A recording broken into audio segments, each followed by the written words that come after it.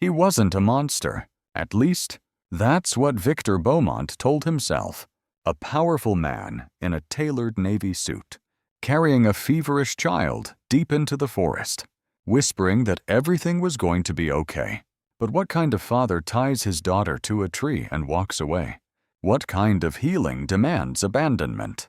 Some stories creep under your skin slowly. This one, it hits you like a thunderclap in a quiet night, sudden, jarring, and unforgettable. We all want to believe that love, especially a parent's love, can never be twisted into something dark. But what if fear, guilt, and blind faith twist it so tightly that the line between protection and harm disappears? This story is not about monsters. It's about a man who thought he was saving his daughter, and a little girl who needed anyone to come back for her. So tell me what went through your mind as you heard this. Did it haunt you? Did it make you angry? Or did you feel something deeper stirring? Maybe you've seen love take strange forms too. I want to know what you felt. Drop your thoughts, theories, or even just one word raw, shocking, hopeful in the comments below. Your voice matters here, and I read every single one. And whatever you do, make sure to watch until the very end, because I've got a little gift waiting for you there. Now let's get back to the story and see how it all unfolds. The late afternoon sun, already beginning its descent, cast long, skeletal shadows across the rutted track as Victor Beaumont's black Audi sedan, a monument to urban success, crunched to a halt at the edge of the whispering woods. The impeccable cut of his Italian suit, charcoal gray and severe, seemed an affront to the untamed wilderness that loomed before them, its silence broken only by the sigh of the wind through the dense canopy. In his arms, bundled like a fragile offering, was Grace, his daughter. She was small for her 5 years, her body radiating a dry, unnerving heat. Her simple beige dress, usually a canvas for childhood adventures, was now limp and darkened with the sweat of a relentless fever. She shivered, a constant tremor that shook Victor to his core, her breath coming in shallow, ragged gasps against his shoulder. Victor's own breath hitched. He squeezed his eyes shut for a fleeting second, a fissure in his carefully constructed composure. "Everything will be all right, my love," he murmured. The words, a silken lie he desperately needed to believe, perhaps more for himself than for the child burning in his embrace. His voice, usually resonant with the authority of boardrooms and power lunches, was a thready whisper against the vast indifference of the forest. He stepped out of the car, the expensive leather of his shoes sinking slightly into the damp earth. Each footfall was heavy, deliberate, carrying him towards a predetermined spot marked by an ancient, imposing oak tree. Its gnarled branches reached towards the bruised twilight sky like arthritic fingers, a silent, brooding sentinel.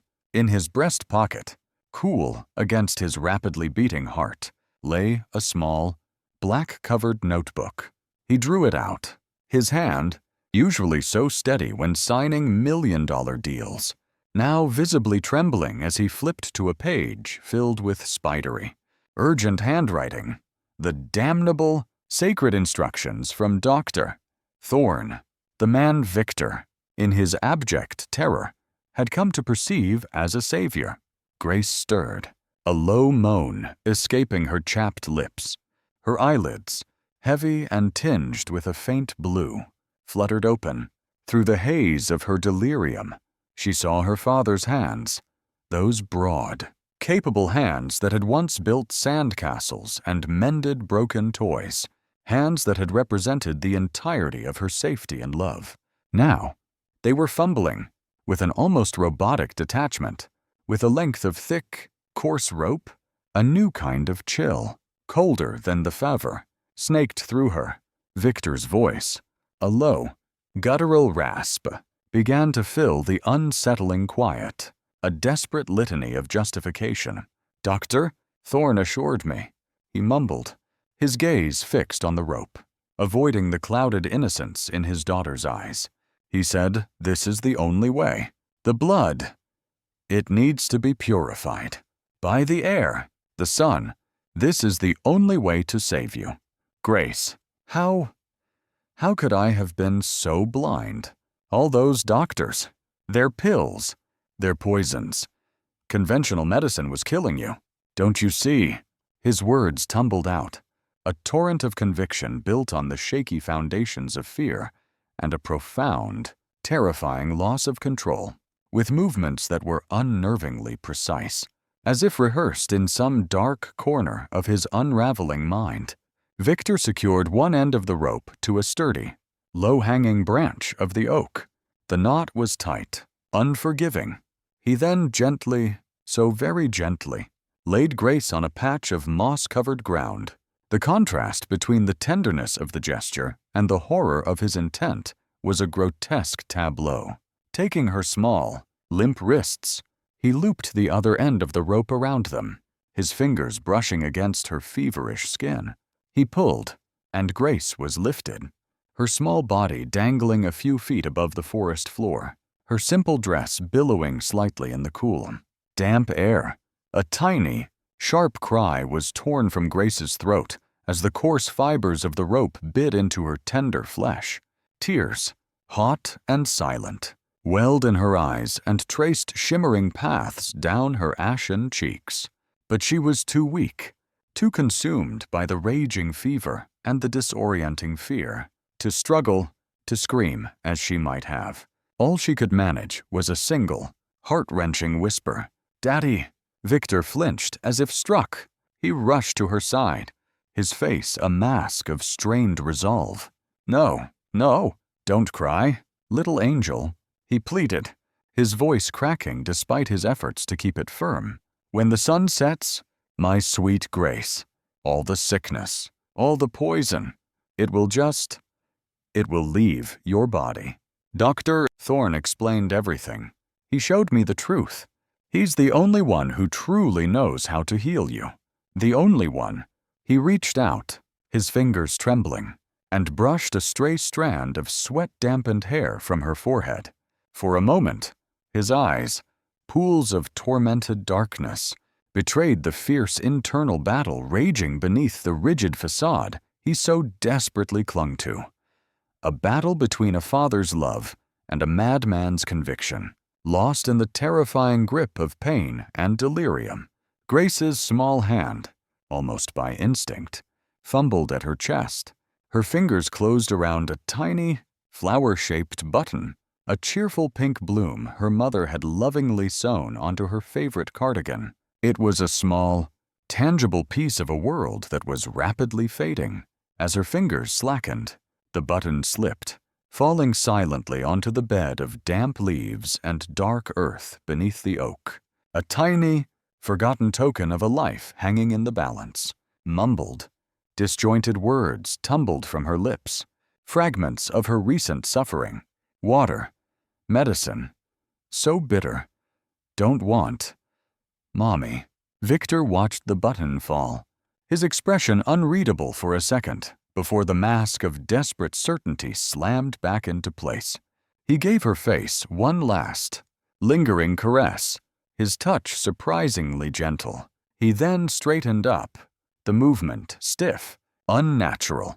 Not far away, concealed within the dense embrace of a rhododendron thicket, a pair of intelligent, anxious eyes had witnessed the entire horrifying spectacle. Cooper, the family's loyal golden Labrador, had trailed Victor and Grace, his usual playful bounds replaced by a stealthy, worried gait. He'd whined softly when Victor first produced the rope, a low, mournful sound lost in the rustling leaves. Now, he crouched low, every muscle in his powerful body taut with agitation and a profound, canine incomprehension of the scene unfolding before him. His tail, usually a joyful metronome, was tucked tight against his legs. He could smell Grace's fever, a scent that prickled his nostrils with distress, and the sharper, acrid odor of Victor's fear. Victor glanced at his expensive Swiss wristwatch, a nervous, jerky movement that had become increasingly common in these past agonizing months. I have to go now, he announced, his voice hollow, directed more at the unseeing forest than at his suspended daughter. The ritual, Dr. Thorne was very clear. It cannot be interrupted. The slightest deviation, and the entire process, it will be compromised. He was reciting lines, clinging to the script Thorne had provided, a script that promised salvation at an unthinkable price. For a brief, almost imperceptible moment, something flickered in Victor's eyes, a spark of doubt, perhaps, or a glimmer of the rational man he once was, a man horrified by the barbarity of his own actions. It was a pinprick of light in an overwhelming darkness, quickly snuffed out by the suffocating weight of his fear and the insidious whispers of Dr. Thorne's influence. He squared his shoulders, adjusted the knot of his silk tie with a practiced, almost defiant gesture, and turned his back on his daughter. His footsteps, quick and resolute now, crunched over the fallen leaves and twigs, each step taking him further away from Grace, further into the labyrinth of his delusion. The solid thud of the Audi's door closing echoed unnaturally loud in the twilight stillness. Then, the roar of the engine shattered the forest's fragile peace, a brutal intrusion of mechanical power. Tires spun on the loose gravel, spitting stones and dust, and in moments, the luxury sedan was gone, swallowed by the deepening gloom of the track, leaving behind only the faint smell of exhaust and a silence that was now heavy, pregnant with unspoken horrors. A single, desperate bark ripped from Cooper's throat. It was a sound of anguish, of protest, of a loyalty that transcended understanding. The moment the car disappeared, the Labrador burst from his hiding place. He didn't hesitate, didn't pause to scent the air. His movements were driven by an intelligence that seemed almost human, a clear, unwavering purpose. He raced towards the ancient oak, towards the small, pale figure hanging limply from its branch, his mind, in its own canine way, already working, already searching for a way to reach her, to save her. The echo of the Audi's engine faded into the oppressive silence of the woods, leaving Grace suspended in a deepening twilight that mirrored the encroaching shadows in her own fevered mind. Each rasping breath was an agony, her small chest burning. The last, weak shafts of sunlight filtered through the dense filigree of oak leaves above, dappling her face with fleeting, indifferent patterns of light and dark. Her body throbbed with a dull, pervasive ache, a counterpoint to the sharp, biting pain where the coarse ropes cut mercilessly into her wrists. The pressure was becoming unbearable, a fiery band constricting her, stealing what little strength remained. Cooper reached her side in a flurry of golden fur and anxious whimpers. He pressed his wet nose against her dangling legs. A soft, questioning nudge, a low keen rumbled in his chest as he looked up at her, his intelligent brown eyes filled with a distress that was almost human. He licked her bare ankle, a gesture of comfort that Grace, in her semi-conscious state, barely registered. Then, with a surge of desperate energy, he reared up, planting his front paws gently against the rough bark of the oak, trying to reach the ropes that bound her. He nudged her wrists with his muzzle, then, frustrated, began to gnaw at the thick hemp fibers. The rope was tough, unyielding against his teeth. He worried at it, growling low in his throat, his saliva darkening the strands, but made no discernible progress. A frustrated yelp escaped him. Within the swirling chaos of Grace's delirium, images flickered and dissolved like smoke. She saw her mother's face, soft and smiling, her gentle hands stroking her hair, a memory so vivid it brought a fresh wave of tears to her already swollen eyes. Then, the image would shift, morphing into her father, the father she remembered, the one who read bedtime stories with funny voices and whose laugh was a warm, comforting rumble. This image was quickly supplanted by a new, terrifying version of him, his face taut with a strange, fervent light, his hands not offering comfort but binding her, and behind him, always lurking, was the shadowy figure of Dr. Thorne, his eyes glinting with a cold, clinical detachment that sent shivers down her spine even in her heated state. "Daddy," she mumbled, a broken sound. Then, feeling the dog's persistent presence, a flicker of awareness pierced through the fog. She saw a blurry, golden shape below her. "Caw, purr," she rasped, the effort immense. "Goo."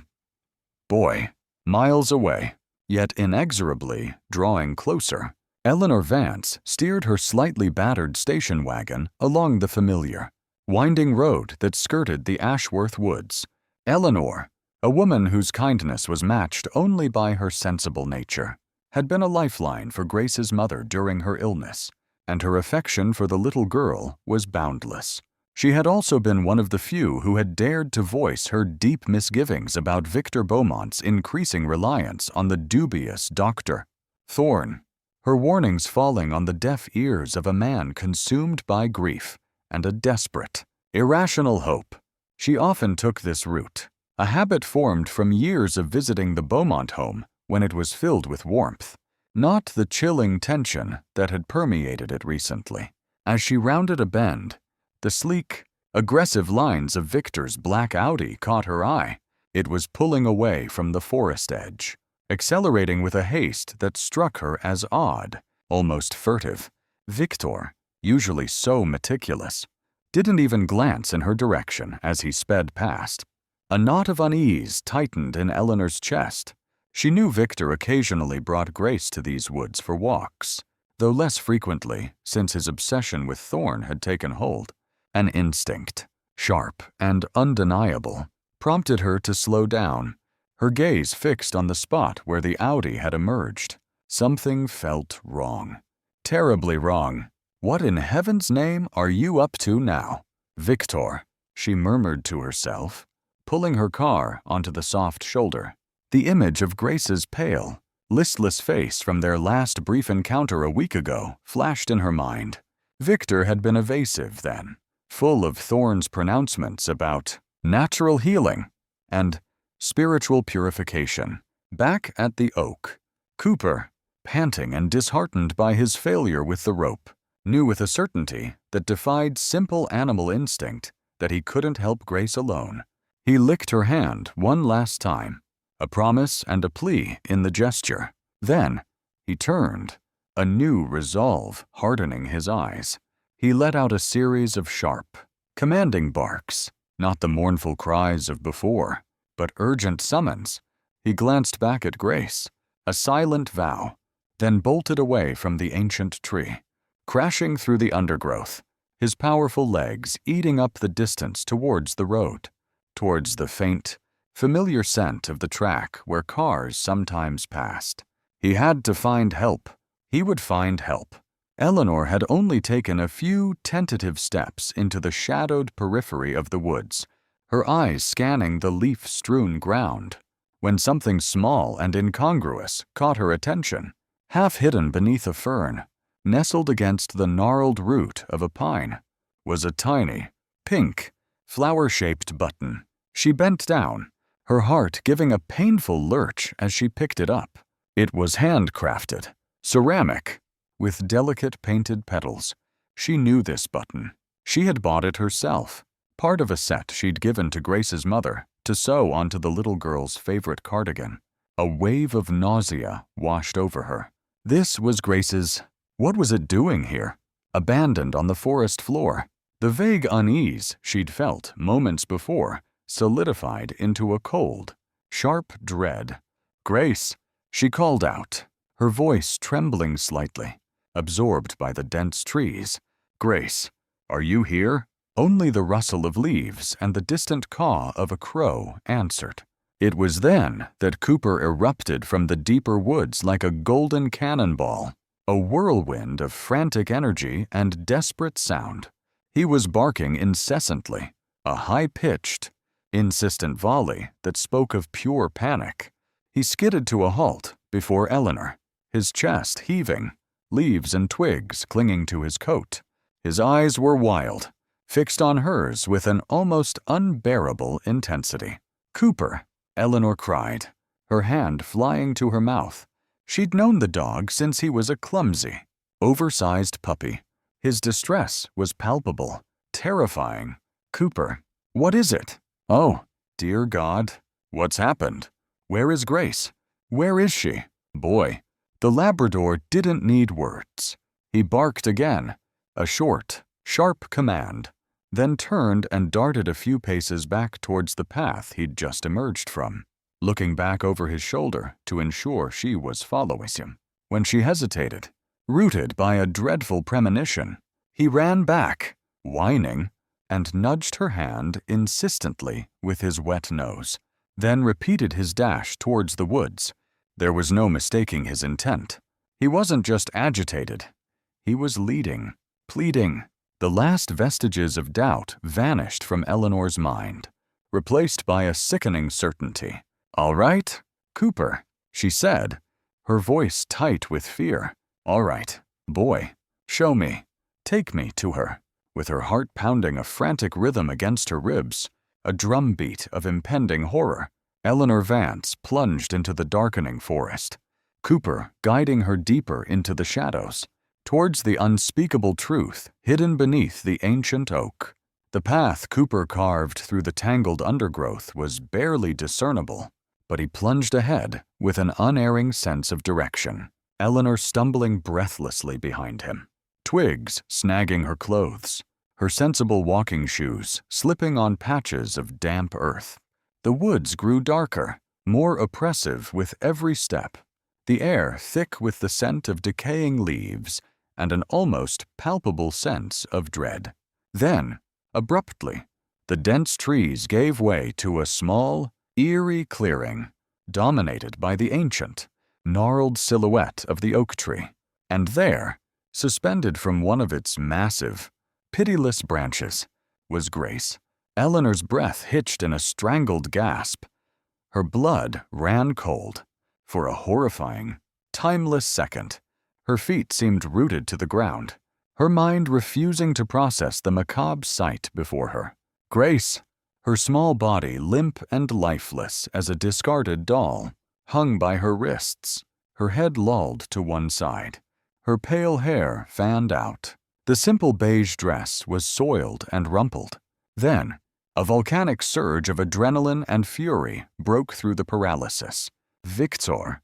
Eleanor shrieked, her voice tearing through the unnatural stillness of the clearing, raw with disbelief and a towering rage. "Oh, my God! Grace, how could anyone do this?" She scrambled forward, her gaze fixed on the child. Grace was terrifyingly still. Her skin, visible where the dress had ridden up her arms and legs, was flushed a dangerous, angry red, yet her face seemed unnervingly pale beneath the feverish sheen. The ropes, cinched brutally tight around her delicate wrists, had already caused an alarming discoloration. Her tiny hands were a dusky, purplish hue, with fingers that trembled violently from a potent cocktail of urgency and incandescent fury. Eleanor clawed at the knots. They were expertly tied, cruelly efficient, and the coarse hemp fibers resisted her desperate efforts. Tears of frustration and horror welled in her eyes, blurring her vision. "Grace, sweetie, it's Auntie Eleanor," she choked out, forcing her voice into a semblance of calm she was far from feeling, terrified of frightening the child further if she was even semi-conscious. "Hold on, darling, just hold on. I'm here. We're going to get you down. Everything's going to be all right." Each word was a prayer, a desperate plea to a universe that had allowed such a horror. Cooper, who had been whining pitifully at Grace's feet, now stood pressed against Eleanor's side, his body a warm, trembling weight. He nudged her hand with his cold nose, then looked from Grace's suspended form to Eleanor's working fingers. his intelligent eyes filled with an almost human anxiety, as if urging her on, silently offering his support and standing vigilant guard. He licked Grace's dangling foot, a gentle, sorrowful caress. The knots seemed to mock Eleanor's frantic efforts, tightening with each pull. Her nails scraped against the rough rope. Her palms burned. It felt like an eternity, each second stretching into an agonizing minute. The only sounds her ragged breathing, Grace's shallow, almost imperceptible gasps, and Cooper's soft, anxious whimpers. Finally, with a last, desperate wrench, the final knot loosened, then gave way with a sickening slide. Eleanor lunged forward just in time to catch Grace's small, burning hot body as it slumped bonelessly from the rope's cruel embrace. The child was terrifyingly light, yet her fever radiated an intense, dry heat that spoke of a raging infection. Grace moaned, a sound so faint it was almost lost in the rustle of leaves. Her eyelids fluttered, revealing a sliver of unfocused blue. Her gaze, clouded and distant, drifted from Cooper's anxious face to Eleanor's. She breathed, her voice a mere thread of sound. Aun T-L. Then, her eyes rolled back, and she went limp in Eleanor's arms. Yes, my love? Yes, Eleanor whispered, clutching the child fiercely, trying to suppress the violent tremor that shook her own body, a potent mix of relief, rage, and profound sorrow. I'm here. Cooper's here. You're safe now. You're safe. She pressed a kiss to Grace's fevered brow, her tears finally breaking free, hot and angry, splashing onto the child's unresponsive face. With a surge of strength born from sheer desperation and a profound, protective love, Eleanor gathered Grace securely into her arms. The child was a dead weight, but Eleanor barely registered it. Cooper danced around her feet, then fell into step beside her, a loyal shadow, as she turned and stumbled back towards the path, her mind a maelstrom of horrified thoughts. "We have to get her to the hospital," she declared, her voice firm despite the quake in her heart, addressing Cooper as much as herself. "Right now, and I swear I am going to call Victor. He is going to answer for this. He has to." As they stumbled out of the woods and back towards her station wagon, Eleanor juggled Grace in one arm while fumbling for her phone with the other. Her fingers, still shaking, struggled to dial Victor's number. It rang, each tone an agonizing beat in the suffocating silence, before clicking over to his voicemail. His voice smooth, professional, utterly oblivious to the nightmare unfolding. "Damn him," she snarled, shoving the phone back into her pocket. Grace's shallow breathing was the only thing that mattered now. Victor could wait. Hell could wait. The drive to County General was a blur of controlled panic. Eleanor raced through traffic, one hand on the wheel, the other constantly checking Grace's pulse. Her forehead. The child lay unnervingly still on the passenger seat, Cooper whining softly from the back, his nose pressed against the back of Grace's headrest. The emergency room doors burst open to a world of sterile urgency.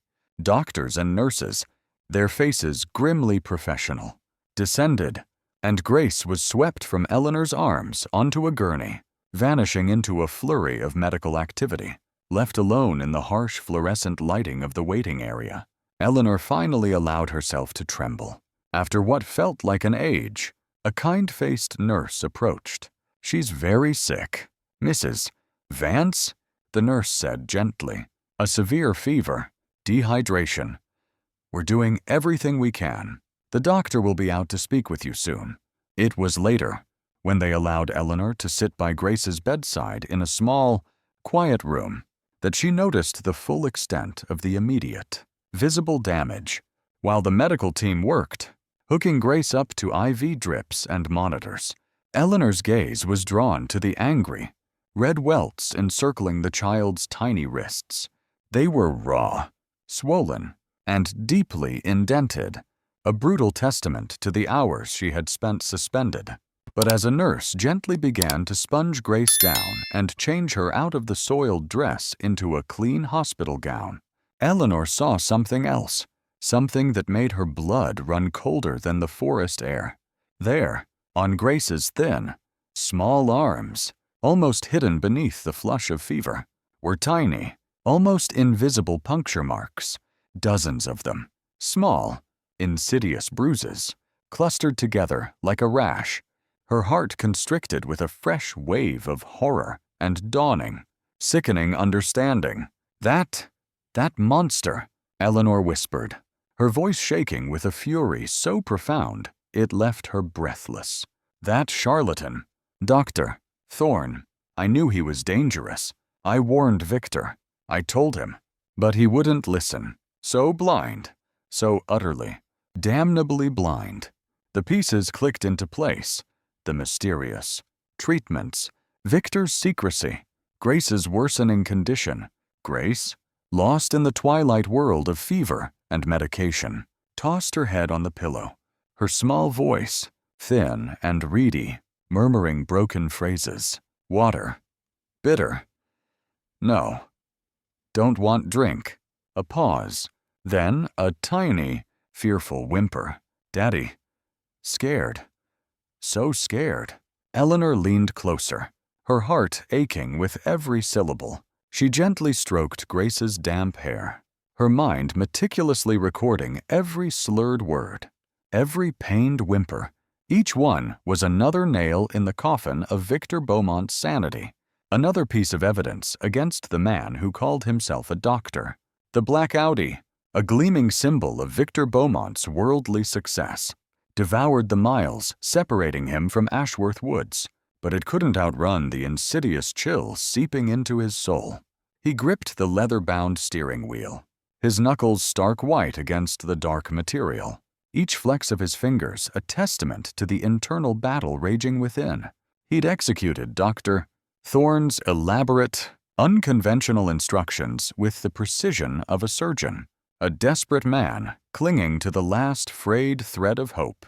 Thorne, with his unwavering gaze and pronouncements that resonated with an almost divine certainty, had promised this was the path to Grace's salvation, the only path, yet the grotesque, searing afterimage of Grace.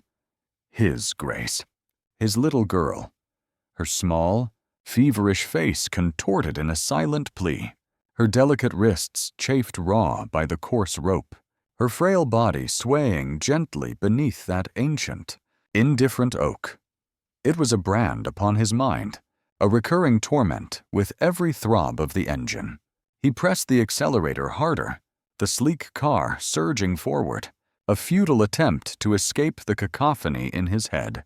The gnawing dread that Victor was beginning to suspect was not just fear, but guilt. His first, almost compulsive, stop was Dr. Thorne's clinic. The clinic itself was an oasis of carefully curated tranquility, all muted earth tones, plush, sound-dampening carpets, and abstract art that whispered of expensive, esoteric tastes. It was a space designed to soothe, to inspire confidence, and it had always worked on Victor, particularly in the raw aftermath of his wife's death, when Thorne had first appeared, a beacon of alternative promise in a world of conventional medical failure. Thorne, a man whose silvered temples and impeccably tailored suits seemed to cost more than Victor's own, greeted him with that familiar, serene smile, a smile that never quite reached his cold, assessing eyes. "Ah, Mr. Beaumont?" Thorne intoned, his voice a low, melodious hum that Victor had once found profoundly reassuring. He gestured towards a deep leather armchair, the kind one sank into and found difficult to leave. "You return. The ritual, I trust, was performed with the requisite precision. The elemental alignment, the invocations, all as we discussed." Victor swallowed, the sound unnaturally loud in the hushed opulence of the room. His throat felt tight. "Yes, doctor." Everything, exactly as you instructed. He tried to infuse his voice with a conviction he no longer truly felt, to mirror the unshakable, almost messianic confidence that radiated from Thorne. He needed that confidence, needed to borrow some of it, to armor himself against the burgeoning horrors in his own mind. Thorne's smile widened, a subtle, self-satisfied curve of his lips that sent a fresh, unwelcome shiver down Victor's spine. Excellent. Truly excellent. Mr. Beaumont, the discordant energies, the systemic impurities that have so grievously plagued your dear daughter, they are even now being drawn out, neutralized, purified by the potent, untamed forces of the natural world. The forest, as I've explained, is a primordial crucible of healing. He steepled his fingers, his gaze distant, as if peering into realms unseen by mere mortals. You have done well. A father's love, properly guided, is a powerful therapeutic agent. Your daughter will rally. You shall see. She will be restored to vibrant, perfect health. He leaned forward slightly, his voice dropping to a conspiratorial whisper. Patience now, Mr. Beaumont. The deeper the purification, the more profound the healing. The process requires time and unwavering faith.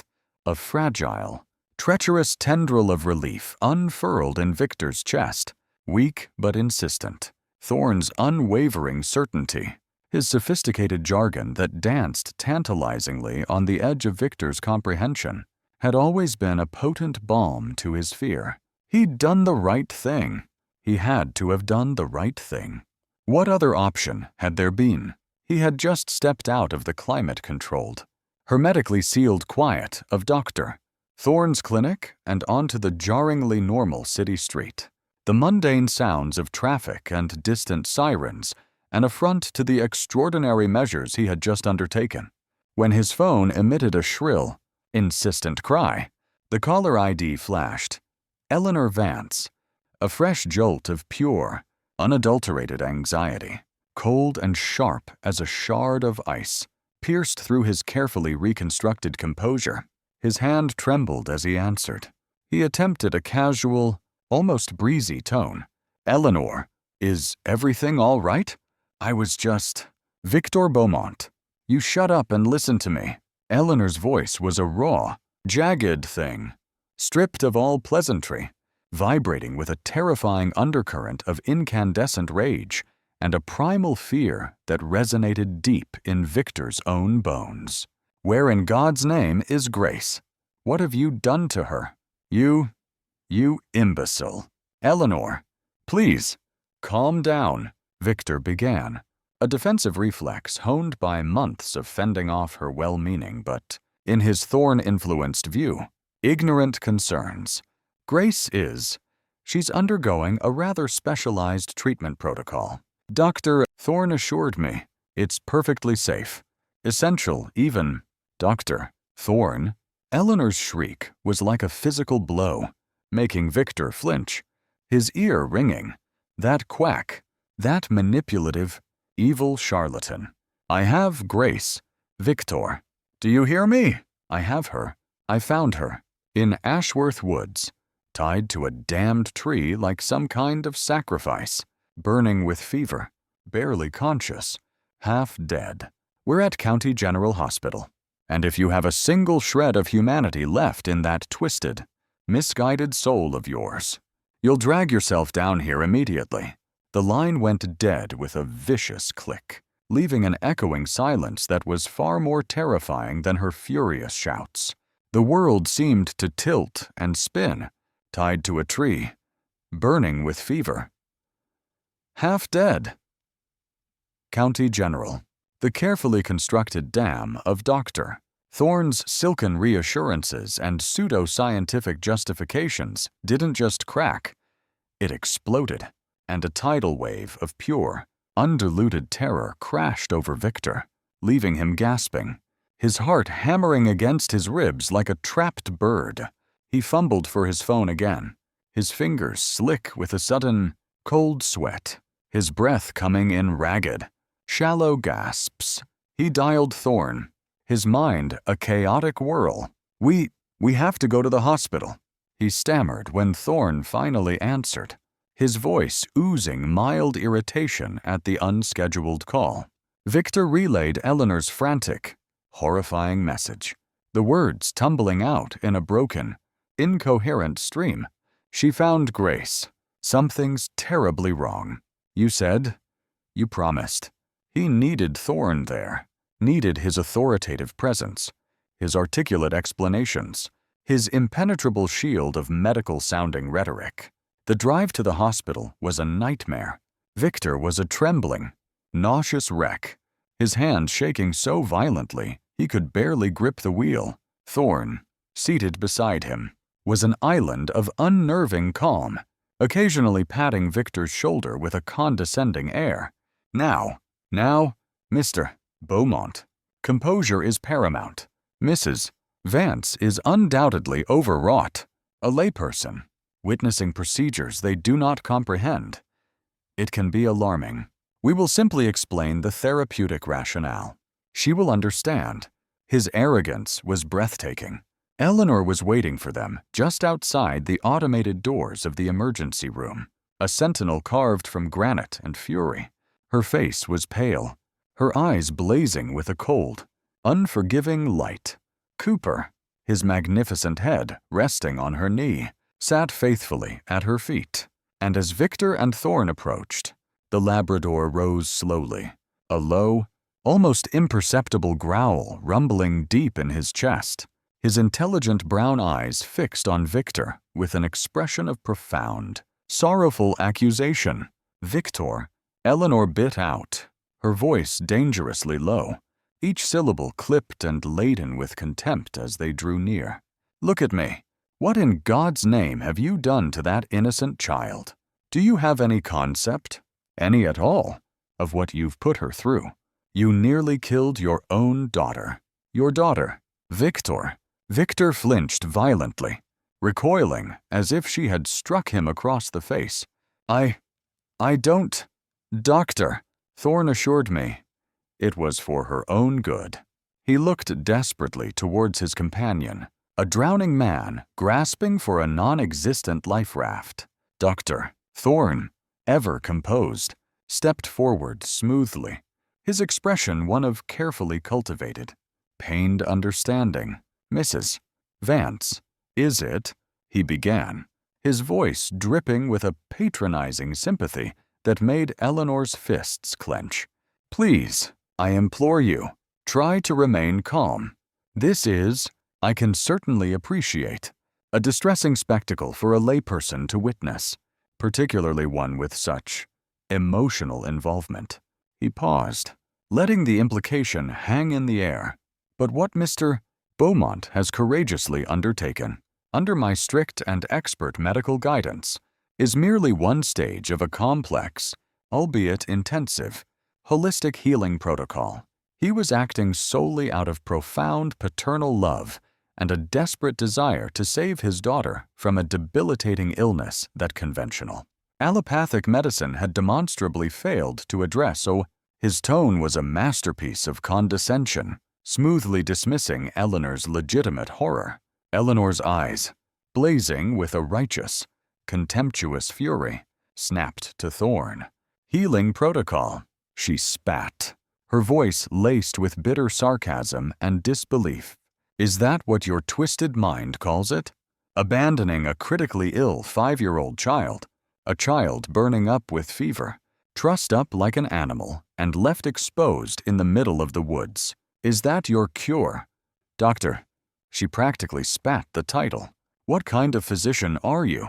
No, don't answer that. You're a charlatan, a predator, and a dangerous, delusional menace." Later, much later, after Grace's fragile condition had been stabilized by the real doctors and nurses of County General, and she'd been moved to a quiet, dimly lit room in the pediatric ward, Eleanor finally confronted Victor alone. Thorne, after a brief, heated exchange where he'd threatened to report the hospital staff for obstructing vital patient care, had been politely but unequivocally barred from the ward by a formidable head nurse who had clearly heard enough from Eleanor to assess the situation. "Sit down, Victor," Eleanor commanded, her voice devoid of its earlier hysteria, now flat, leaden, and heavy with an unbearable weight of exhaustion, sorrow, and a deep, abiding disappointment. He sank numbly into a hard plastic visitor's chair, looking like a man who had aged a decade in a few short hours.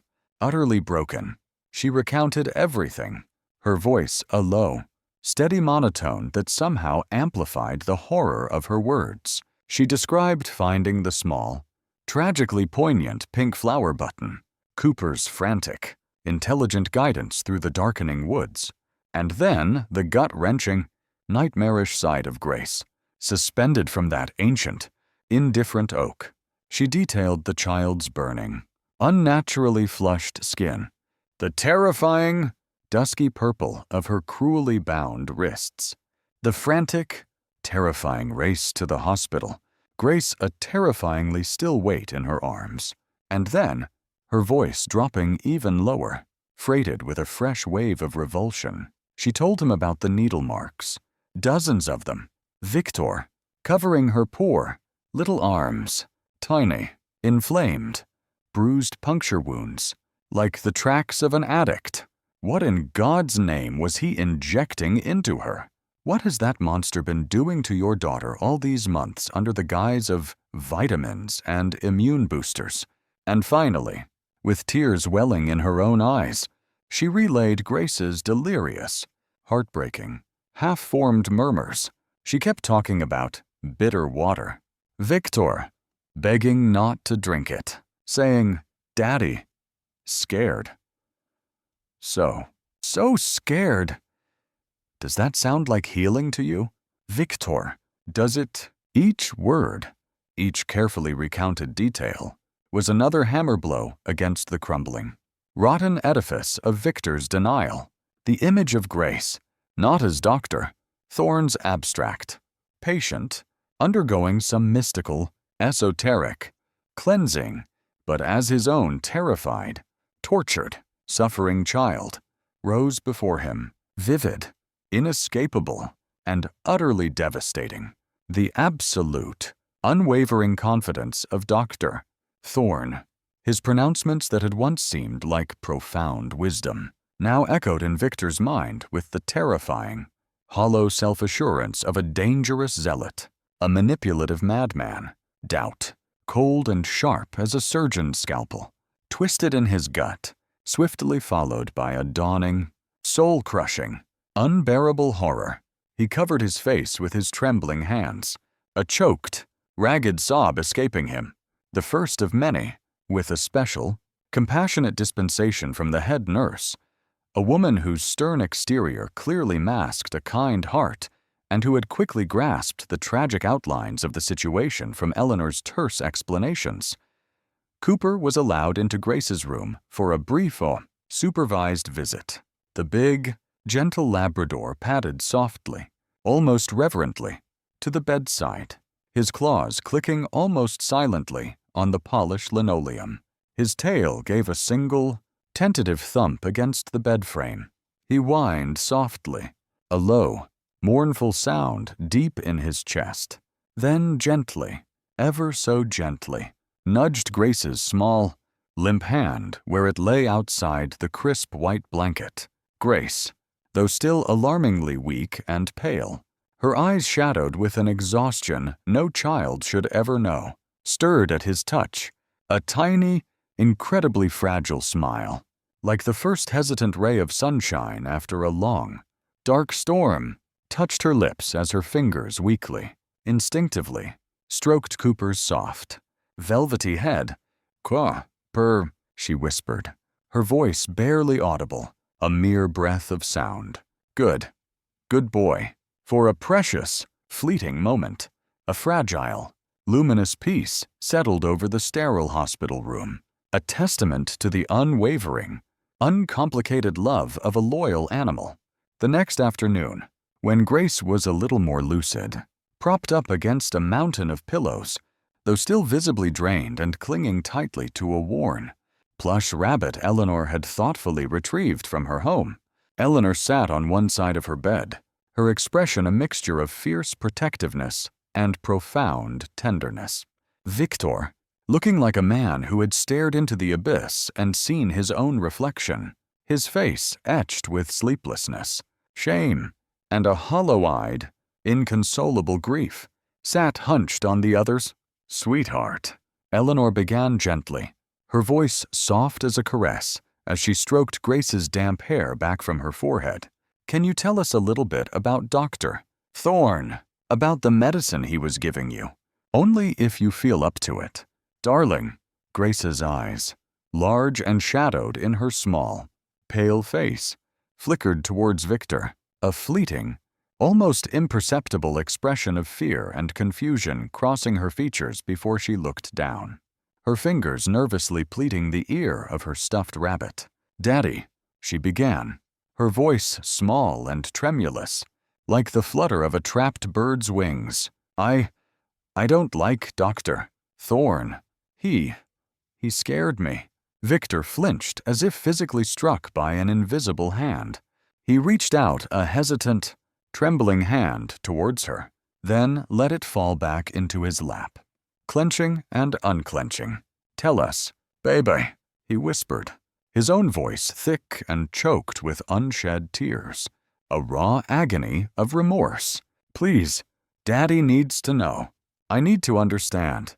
He gave me shots," Grace said, her lower lip beginning to tremble uncontrollably. "Lots of shots. He called them special vitamins. But they hurt. Daddy, they made my arm all sore and achy. And then I'd feel all woozy and sleepy. And sometimes my tummy would hurt too." She looked at her arm, as if she could still see the phantom marks, her brow furrowed in a child's deep confusion. "And the special energy water he made me drink every day. It was so bitter. Daddy, so awful bitter. I tried to tell him, but he said I had to drink it all up to get better. It made my tummy hurt really bad." Tears welled in her large, innocent eyes, spilling over and tracing glistening paths down her pale cheeks. "He said it was good for me. He said only he could make me better. He said all the other doctors were bad and didn't know anything." Her gaze drifted towards the sterile hospital window, then back to her father, her eyes filled with a bewildered pain. And when you took me to the tree, I was so scared. Daddy, it was so high up, and the ropes, they hurt my hands so much. I called for you, but you didn't come back." She turned her tear-filled eyes fully on Victor, her small voice cracking with a child's pure, uncomprehending anguish, each word an arrow piercing his already bleeding heart. "Daddy, I'm so scared of Dr. Thorne. Please don't make me take his nasty medicine anymore. Please don't let him ever hurt me again. Please, Daddy." Grace's innocent, devastating words, each one a simple, unvarnished testament to her protracted suffering, her confusion, and her profound fear, struck Victor Beaumont with the cataclysmic force of a physical blow, the last, rotten vestiges of his carefully constructed denial, his desperate, self-serving justifications, the insidious web of lies spun by Thorne, all of it shattered into a million irreparable, razor-sharp pieces. The strong, composed businessman, the decisive leader, the man who always had an answer, was gone, utterly obliterated. In his place was only a father, a broken, hollowed-out shell of a man, drowning in an infinite ocean of guilt, shame, and an unimaginable, unendurable remorse, the full, horrifying weight of his catastrophic error, his blind, arrogant folly, crashed down upon him with crushing finality. He broke then, completely and without reservation, his body racked with great, tearing sobs that tore from the very depths of his shattered soul, a primal outpouring of grief for his child's lost innocence and his own irredeemable failure. The fragile dam of Victor Beaumont's denial, already fractured by Eleanor's horrifying account and the stark evidence of Grace's abused body, utterly crumbled under the weight of his daughter's innocent, pain-filled testimony, as great, racking sobs tore through him, each one a physical manifestation of his crushing guilt and self-loathing. A chilling, terrible clarity pierced through the fog of his delusion. Dr. Thorne! No, the charlatan who had masqueraded as a healer was not just a fraud. He was a predator who had feasted on Victor's deepest fears and most sacred love. The image of this man, his smooth voice, his confident pronouncements, now filled Victor with a violent, nauseating revulsion. This was swiftly followed by a desperate, primal urge to protect Grace, to atone, and to ensure this monster could never harm another soul. While Victor was engulfed in the maelstrom of his grief beside Grace's hospital bed, his raw anguish a palpable presence in the small room, Eleanor Vance, her face a grim etching of sorrow, exhaustion, and unyielding determination, watched him for a long moment. There was a flicker of pity for the broken man before her, but it was quickly overshadowed by the searing memory of Grace, suspended and suffering, and the cold fury that had been simmering within her since she'd first found that telltale pink button. Action was needed, not just tears. Excusing herself with a quiet word to a passing nurse, she found a secluded alcove in the bustling hospital corridor, the scent of antiseptic sharp in her nostrils. Her hand was steady as she dialed. "Chief Thompson, please." "Mark Thompson," she stated, her voice low but imbued with an undeniable authority. After a brief pause, her tone softened fractionally, though the underlying steel remained. "Mark, it's Eleanor Vance." "Yes, I know. It's been far too long. I wish I were calling under better circumstances. Listen, I'm at County General. It's about a little girl, Grace Beaumont. Arthur Beaumont's granddaughter. You remember Arthur?" And a man calling himself Dr. Alistair Thorne. "I need your help. Mark, it's monstrous. This man has been systematically harming her under the guise of medical treatment." She concisely laid out the horrifying details, the ritualistic abandonment, the signs of long-term abuse evidenced by the needle marks, Grace's delirious words, Victor's complete breakdown. Mark Thompson, a seasoned officer whose gruff exterior often masked a deeply compassionate nature and who held a decades-long respect for the Vance family's integrity, listened without interruption, his only sounds an occasional sharp intake of breath or a low grunt that signaled his growing outrage. "I have medical staff here who can corroborate the child's current condition," Eleanor concluded. "And I believe Mr.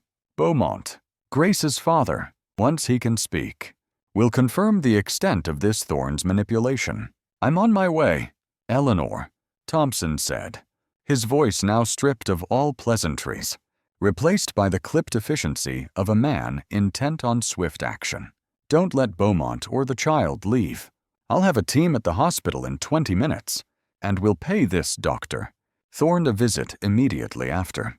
The wheels of justice, once set in motion, turned with surprising speed. Chief Thompson, true to his word, arrived with 2 plainclothes detectives, while one took a preliminary, gentle statement from a still-shaken Eleanor, carefully documenting her discovery and observations. The other conferred with Grace's attending physician, who confirmed the child's perilous state upon arrival and the disturbing presence of multiple unexplained injection sites and a preliminary toxicology screen showing traces of powerful, unprescribed sedatives and unknown stimulants. A quick run of Dr. Alistair Thorne through national databases, cross-referenced with known associates of Victor Beaumont, soon unearthed the far more sinister profile of one Charles Vance, no relation to Eleanor. A bitter irony. A con artist with a documented history of medical fraud, preying on the desperate and vulnerable across at least 3 states. His modus operandi was chillingly consistent. Identify individuals consumed by grief or fear, offer miracle cures shunned by mainstream medicine, and drain them financially while often endangering their health with his bogus treatments. Files found later in Vance's clinic would hint at a network of such victims, a grim testament to his predatory career. The final confrontation unfolded with a chilling precision the next morning. Chief Thompson, armed with a warrant and accompanied by uniformed officers, timed their arrival at Charles Vance's opulent clinic to coincide with his first consultation of the day. Vance, resplendent in a silk cravat and looking every inch the distinguished physician, was ushering in an elderly couple, their faces etched with a mixture of hope and anxiety. When Thompson stepped into the reception area, "Dr. Thorne?" Thompson inquired, his voice deceptively mild. Vance turned, a practiced, welcoming smile on his lips. "Yes, how may I help you, officer?" he asked, his eyes flicking to the uniforms with a flicker of something unreadable. Annoyance, perhaps, or the first stirrings of alarm. The elderly couple looked on, confused. "Actually, it's Mr. Charles Vance we're looking for," Thompson stated, his voice hardening as he stepped forward. "The warrant clearly visible, and you fit his description perfectly. Charles Vance, you're under arrest." Vance's smile froze, then shattered. His face, moments before a mask of serene, professional authority, blanched a sickly gray. This is an outrage, a misunderstanding of the highest order. "I am Dr. Alistair Thorne, a respected practitioner. These are my patients." He gestured wildly towards the bewildered couple, who now looked distinctly uneasy. "They can attest to my character, my success. We have reason to believe, Dr. Alistair Thorne is a rather convenient fiction. Mr. Vance," Thompson continued, unmoved, as one of the officers began to read Vance his rights. "We're charging you with multiple counts of aggravated assault, felony child endangerment, practicing medicine without a license, and fraud." Vance's composure finally, spectacularly, cracked. His carefully constructed facade of detached intellect dissolved into a sputtering, indignant rage. "This is slander, a malicious vendetta orchestrated by that hysterical, interfering woman, Eleanor Vance. And as for Mr. Beaumont's child, if she suffered any minor discomfort, it was entirely due to his incompetence, his failure to adhere strictly to my meticulous instructions. He was always resistant, always questioning the deeper, more spiritual aspects of the healing process. He attempted to bluster, to deflect blame, his eyes darting around as if seeking an escape route.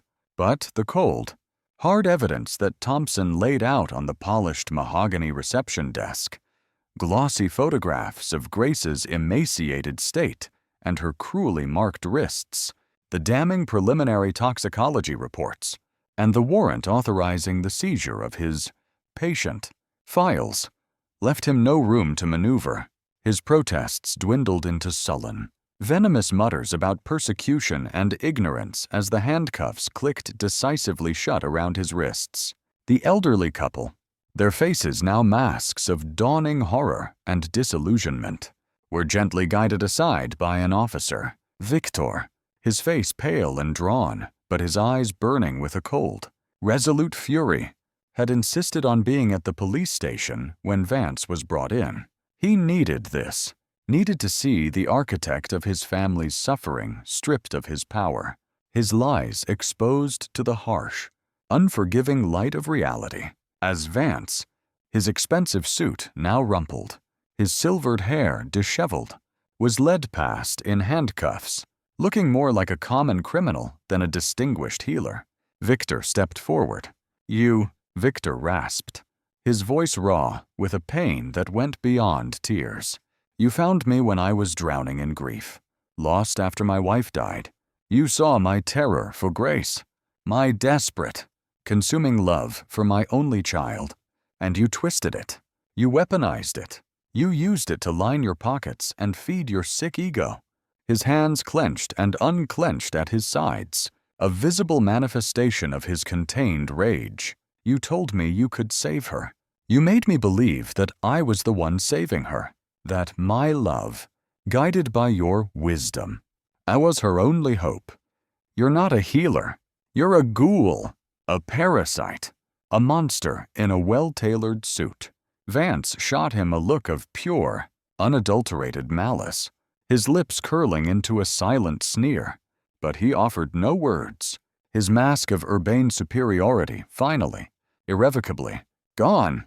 For Victor, it wasn't triumph he felt, only a vast, hollow emptiness where Thorne's poisonous influence had once resided. Later that day, back in the hushed, sterile atmosphere of Grace's hospital room, Victor sat hunched by her bedside. The rhythmic beep of the monitors was a counterpoint to the frantic, irregular beating of his own heart. He reached out a trembling hand and gently, reverently, took her small, frail one. The angry red welts on her wrist, though beginning to fade, a stark, indelible reminder of his horrific betrayal. Tears streamed down his face, unchecked, each one a burning testament to his profound, gut-wrenching, soul-deep remorse. "Grace, my baby girl, my sweet, brave girl," he choked out, his voice breaking under the unbearable weight of his shame. Daddy is so profoundly sorry. I was so stupid. Grace, so unbelievably blind, so arrogant, so lost, I thought. I truly thought I was doing the right thing, the only thing, to save you. But I only hurt you. I put you through an unimaginable hell." His breath hitched in a ragged, tearing sob. "I don't deserve to be your father. I failed you in every conceivable way. I failed your precious mother's memory." Grace, her eyes large and surprisingly clear in her small, pale face, watched him, her expression solemn, pensive. She had witnessed her father's collapse, heard his anguished cries, and now, in the quiet of the room, she seemed to process his broken words with a wisdom far beyond her 5 years. Then, with a strength that seemed almost impossible for her small, battered frame, she gently squeezed his hand. Using her other hand, the one not tethered to an IV drip, she slowly, tenderly, reached up and touched his wet, stubbled cheek. "Daddy," she whispered, her voice still weak, a fragile thread of sound, yet imbued with an incredible, heartbreaking sweetness that shattered what little remained of Victor's composure. "Don't cry, Daddy. It's okay. I know you didn't mean to hurt me. I love you." Her words, so simple, so pure, so utterly, incomprehensibly undeserved, were like a fragile balm to Victor's ravaged soul, a tentative, almost unbearable ray of impossible forgiveness. Yet, they also twisted the knife of his guilt even deeper, making his monumental failure, his catastrophic betrayal of her innocent, unwavering love, all the more agonizing and unforgivable in his own eyes. He wept then, not just for his own failings, but for her incredible, resilient spirit, for the childhood he had so grievously marred. The days melted into weeks, each one a small, painful step on the long, arduous journey towards healing. Grace's physical recovery was slow but blessedly steady, overseen by a team of attentive, compassionate doctors and nurses who marveled at her quiet courage and the fierce, protective love that now enveloped her. The insidious toxins Vance had pumped into her small system took time to flush out. The low-grade fevers lingered stubbornly, but gradually, day by day, the healthy, rosy color returned to her cheeks, and the dark, Bruised shadows beneath her eyes began to recede. She was cocooned in a bulwark of unwavering love, Victor.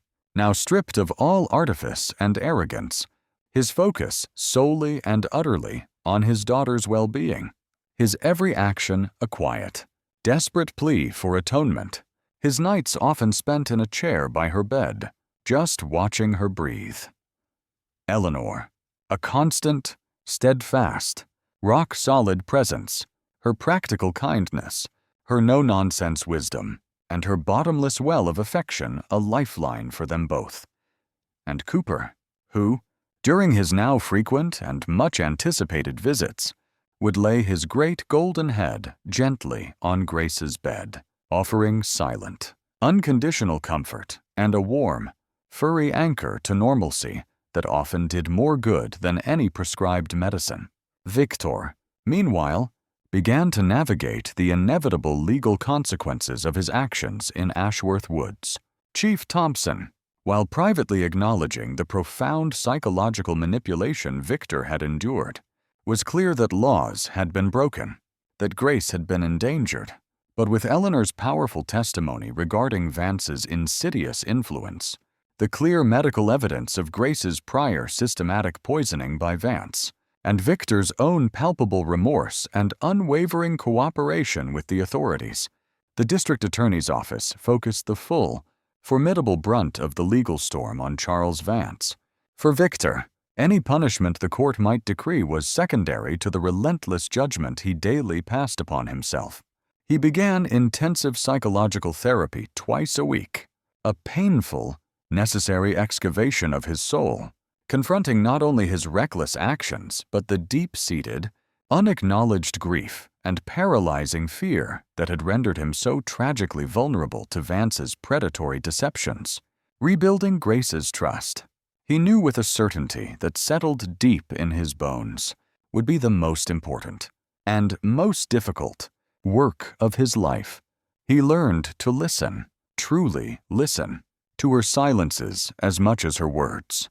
He held her when she allowed it, read her favorite stories for hours on end, not with the forced, hollow joviality of before, but with a quiet, humble tenderness that came from a place of profound, aching humility. He never pushed, always waited for her to set the pace of their fragile, slowly mending relationship.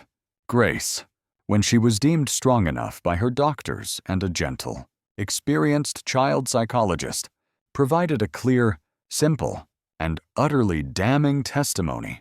Her innocent words, delivered via a carefully managed video link to the courtroom to spare her further trauma, coupled with the overwhelming medical evidence and the corroborating testimonies of nearly a dozen other families who emerged from the shadows after Vance's arrest was widely publicized, sealed his fate. Charles Vance, alias Dr. Alistair Thorne, was convicted on a raft of charges. His lucrative reign of predatory deceit finally, decisively, brought to an end. The case served as a grim, sobering warning, its details rippling through the community and beyond.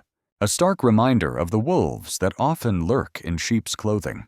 Months later, a fragile, tentative peace had begun to settle over Victor and Grace's reconfigured life. They had moved. The old house, grand and imposing though it was, felt haunted. Each room saturated with the lingering shadows of his late wife's illness, Grace's subsequent suffering, and Victor's own catastrophic folly. Their new home was smaller, a sun-drenched cottage nestled in a quiet, tree-lined street, with a sprawling, slightly wild garden that Grace and Cooper adored. It was a space consciously filled with light, warmth, and the comforting scent of Eleanor's frequent baking. She had become an indispensable, beloved part of their small family, a surrogate grandmother whose laughter now regularly filled their home, whose wisdom Victor leaned on, and whose bedtime stories for Grace were legendary. Cooper, of course, remained the ever-present, joyful, furry guardian.